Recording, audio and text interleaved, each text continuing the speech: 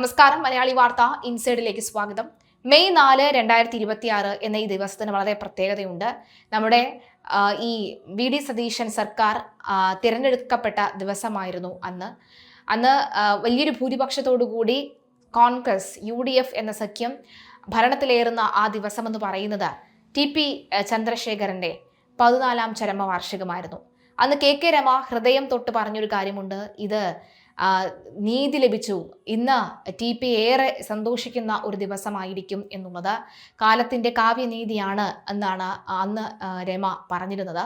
എന്തായാലും പിന്നീട് ഇങ്ങോട്ട് രമയ്ക്ക് കൃത്യമായൊരു വാക്ക് വി ഡി സതീശൻ സർക്കാർ നൽകിയിരുന്നു. എന്തായാലും രമ കുടിച്ച കണ്ണീരിന് വില ഉണ്ടാകും.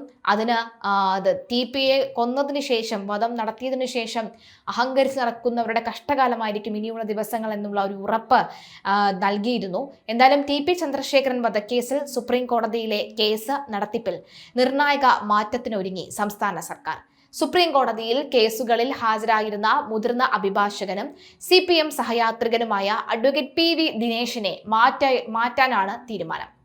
മുൻ സോളിസിറ്റർ ജനറൽ രഞ്ജിത് കുമാർ, പ്രമുഖ ക്രിമിനൽ അഭിഭാഷകൻ സിദ്ധാർത്ഥ് ലൂത്തർ എന്നിവരിലൊരാളെ കേസിൽ സർക്കാരിന് വേണ്ടി ഹാജരാകാനാണ് നീക്കം നടക്കുന്നത്. ഇത് സംബന്ധിച്ച നിർണായക തീരുമാനം സർക്കാർ കൈക്കൊണ്ടിട്ടുണ്ട്. മുൻ പിണറായി വിജയൻ സർക്കാരിന്റെ കാലത്ത് TP വധക്കേസിലെ പ്രതികളുടെ അഭിഭാഷകരും സംസ്ഥാന സർക്കാരിന്റെ അഭിഭാഷകരും തമ്മിൽ പരസ്യമായി ഒത്തുകളിക്കുന്നുവെന്ന് RMPI നേതാവും MLAയുമായ KK രമ കടുത്ത ആരോപണം ഉന്നയിച്ചിരുന്നു. സർക്കാരിന്റെ കേസ് നടത്തിപ്പിലെ വീഴ്ചകൾ പ്രതികൾക്ക് സഹായകരമാകുന്നു എന്ന വിമർശനവും ശക്തമായിരുന്നു.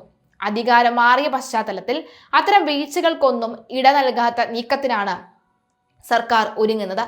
UDF സർക്കാർ അധികാരത്തിൽ വന്നതിന് പിന്നാലെ സുപ്രീം കോടതിയിൽ പ്രമുഖ ക്രിമിനൽ അഭിഭാഷകരെ കേസ് ഏൽപ്പിക്കണമെന്ന ആവശ്യവുമായി KK രമ സർക്കാരിനെ സമീപിച്ചിരുന്നു. കേസ് അട്ടിമറിക്കപ്പെടാതിരിക്കാനും കൊലയാളികൾക്ക് അർഹമായ ശിക്ഷ ഉറപ്പാക്കാനും സുപ്രീം കോടതിയിൽ ശക്തമായ നിയമ പോരാട്ടം അനിവാര്യമാണെന്നാണ് രമ ചൂണ്ടിക്കാട്ടിയത്. ഈ സാഹചര്യത്തിലാണ് അഭിഭാഷക മാറ്റത്തിൽ സർക്കാർ ഔദ്യോഗിക നടപടികൾ ആരംഭിച്ചത്. കേസിൽ പുതിയ അഭിഭാഷകനെ തീരുമാനിക്കുന്നതുമായി ബന്ധപ്പെട്ട കാര്യങ്ങൾ അഡ്വക്കേറ്റ് ജനറൽ ജാജു ബാബു കൈകാര്യം ചെയ്യുമെന്ന് സർക്കാരുമായി അടുത്ത വൃത്തങ്ങൾ വ്യക്തമാക്കി. പ്രമുഖ അഭിഭാഷകരുടെ പാനൽ പരിശോധിച്ച് വരികയാണെന്നും അടിയന്തരമായി തന്നെ പുതിയ നിയമനം ഉണ്ടാകുമെന്നും റിപ്പോർട്ടുകൾ ഉണ്ട്. കേസിലെ നിർണായക വഴിത്തിരിവുകൾക്കിടയിൽ ജീവപര്യന്തം ശിക്ഷ അനുഭവിക്കുന്ന കൊടിസുനി ഉൾപ്പെടെയുള്ള 7 പ്രതികളുടെ ജാമ്യാപേക്ഷ പരിഗണിക്കുന്നത് സുപ്രീം കോടതി 3 ആഴ്ചത്തേക്ക് മാറ്റി. ജസ്റ്റിസ് സതീഷ് ചന്ദ്ര ശർമ്മ അധ്യക്ഷനായ ബെഞ്ചാണ് ഹർജി പരിഗണിക്കുന്നത് നീട്ടിവെച്ചത്. തങ്ങൾ 13 വർഷത്തിലധികമായി ജയിലിൽ കഴിയുകയാണെന്നും അതിനാൽ ജാമ്യം അനുവദിക്കണമെന്നും ആവശ്യപ്പെട്ടാണ് പ്രതികൾ ഹർജിയുമായി സുപ്രീം കോടതിയെ സമീപിച്ചത്. ഹർജി വേഗത്തിൽ കേൾക്കണമെന്നും പ്രതിഭാഗം ആവശ്യപ്പെട്ടു. എന്നാൽ ജാമ്യാപേക്ഷയിൽ കൃത്യമായ മറുപടി നൽകാൻ കൂടുതൽ സമയം വേണമെന്ന് KK രമ കോടതിയിൽ ശക്തമായി ആവശ്യപ്പെടുകയായിരുന്നു. രമയുടെ ആവശ്യം അംഗീകരിച്ച കോടതി പ്രതികളുടെ ജാമ്യാപേക്ഷയിൽ 2 ആഴ്ചയ്ക്കുള്ളിൽ മറുപടി നൽകാൻ നിർദ്ദേശം നൽകി. പ്രതികൾക്കു വേണ്ടി G പ്രകാശും രമയ്ക്കു വേണ്ടി A കാർത്തികയും ഹാജരായപ്പോൾ സംസ്ഥാന സർക്കാരിന് വേണ്ടി standing council Sulfikar Ali PS ആണ് കോടതിയിൽ ഹാജരായത്. കേരള രാഷ്ട്രീയത്തെ ഉലച്ച സംഭവമായിരുന്നു 2012 മെയ് 4 രാത്രി വടകര വെള്ളിക്കാട് വെച്ച് RMP നേതാവ് TP ചന്ദ്രശേഖരൻ ദാരുണമായി കൊല്ലപ്പെട്ടത്. CPM വിട്ട് റവല്യൂഷണറി മാർക്സിസ്റ്റ് പാർട്ടി രൂപീകരിച്ച TPയെ 51 വെട്ടുകൾ വെട്ടിയാണ് കൊട്ടേഷൻ സംഘം കൊലപ്പെടുത്തിയത്. ഈ ദാരുണമായ കൊലപാതകം രാജ്യവ്യാപകമായി വലിയ പ്രതിഷേധങ്ങൾക്ക് വഴിവെച്ചിരുന്നു. പിന്നീട് കേസിന്റെ വിചാരണയും ശിക്ഷാവിധികളും നിരന്തരം വാർത്തകളിൽ നിറഞ്ഞിരുന്നു. വിചാരണ കോടതി പ്രതികൾക്ക് ജീവപര്യന്തം തടവ് ശിക്ഷ വിധിക്കുകയും ചെയ്തു. തുടർന്ന് ഹൈക്കോടതി അപ്പീൽ പരിഗണിച്ചപ്പോൾ വിചാരണ കോടതി വെറുതെ വിട്ടു. പ്രതികളെ കൂടി കുറ്റക്കാരായി കണ്ടെത്തുകയും ശിക്ഷ വർദ്ധിപ്പിക്കുകയും ചെയ്തിരുന്നു. നിലവിൽ സുപ്രീം കോടതിയുടെ പരിഗണനയിലാണ് കേസിന്റെ അപ്പീൽ നടപടികൾ. ജയിലിൽ കഴിയുമ്പോഴും ഫോൺ ഉപയോഗിക്കാം. TP കേസിലെ പ്രതികൾക്ക് അടിക്കടിയുള്ള പരോൾ, കൊട്ടേഷൻ പ്രവർത്തനങ്ങളിലെ പങ്കാളിത്തം എന്നിവയുമായി ബന്ധപ്പെട്ട് കൊടിസുനി അടക്കമുള്ളവർ വാർത്തകളിൽ ഇടം പിടിച്ചിരുന്നു. ഇത്തരമൊരു സാഹചര്യത്തിൽ പ്രതികൾക്ക് ജാമ്യം ലഭിച്ചാൽ സാക്ഷികളെ സ്വാധീനിക്കാനും ക്രമസമാധാന പ്രശ്നങ്ങൾ സൃഷ്ടിക്കാനും സാധ്യതയുണ്ടെന്നാണ് രമയും സർക്കാരും കോടതിയെ അറിയിക്കുകയുണ്ടായത്. ഇതിനു പിന്നാലെയാണ് ഈ വമ്പൻ നീക്കങ്ങൾ നടന്നത്. എന്തായാലും KK രമ അന്ന് പ്രതികരിച്ച പ്രതികരണം നമുക്കൊന്ന് കേൾക്കാം. TP രക്തസാക്ഷിയായിട്ട് 14 വർഷം പൂർത്തിയാവുകയാണ്. അപ്പോൾ ഇന്നത്തെ ദിവസം തീർച്ചയായിട്ടും അതൊരു യാദൃശ്ചികതയെന്നോണം, ഒരു കോയിൻസിഡൻസ് ആയിട്ട് ഇന്നത്തെ തിരഞ്ഞെടുപ്പ് വിധി കൂടി വരികയാണ്.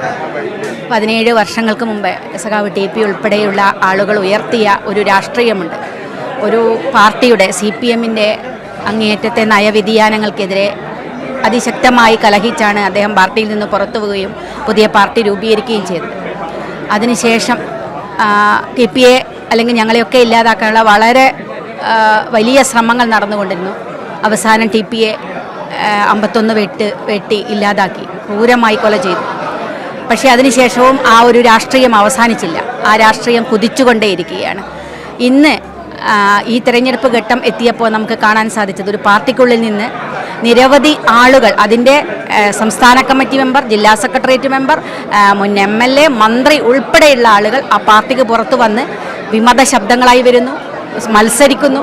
അപ്പം വലിയ പൊട്ടിത്തെറി ഒരു പാർട്ടിക്കകത്ത് സംഭവിക്കുന്നത് വളരെ കൃത്യമായി അന്ന് പറഞ്ഞ രാഷ്ട്രീയം പ്രസക്തമാണ് എന്ന് തെളിയിക്കുന്ന സംഭവങ്ങളാണ് അതിനുശേഷം ഉണ്ടായിക്കൊണ്ടേയിരിക്കുന്നത്. അത് ഈ തെരഞ്ഞെടുപ്പിൽ നമുക്ക് വളരെ കൃത്യമായി കാണാൻ സാധിച്ചു. ഇപ്പം മെയ് 4 റിസൾട്ട് വരുമ്പോൾ അത് വളരെ യാദൃശ്ചികമായിട്ടാണ്. അപ്പം അതൊരു കാവ്യനീതിയാണ്. അത് TPയുടെ ഘാതകർക്ക് കിട്ടുന്ന ഏറ്റവും കനത്ത പ്രഹരമായിരിക്കും ഈ തെരഞ്ഞെടുപ്പ് വിധി എന്ന കാര്യത്തിൽ ഒരു സംശയവുമില്ല. എതിരഭിപ്രായം പറഞ്ഞ ആളുകളെ കൊന്നു തള്ളുന്ന ഒരു രാഷ്ട്രീയത്തെ ഒരു കാരണവശാലും വെച്ചു പൊറുപ്പിക്കില്ല എന്ന് ഒരിക്കൽ കൂടി ജനം തീരുമാനിച്ചു എന്നതാണ് ഈ തെരഞ്ഞെടുപ്പ് കാണുന്ന രാഷ്ട്രീയം.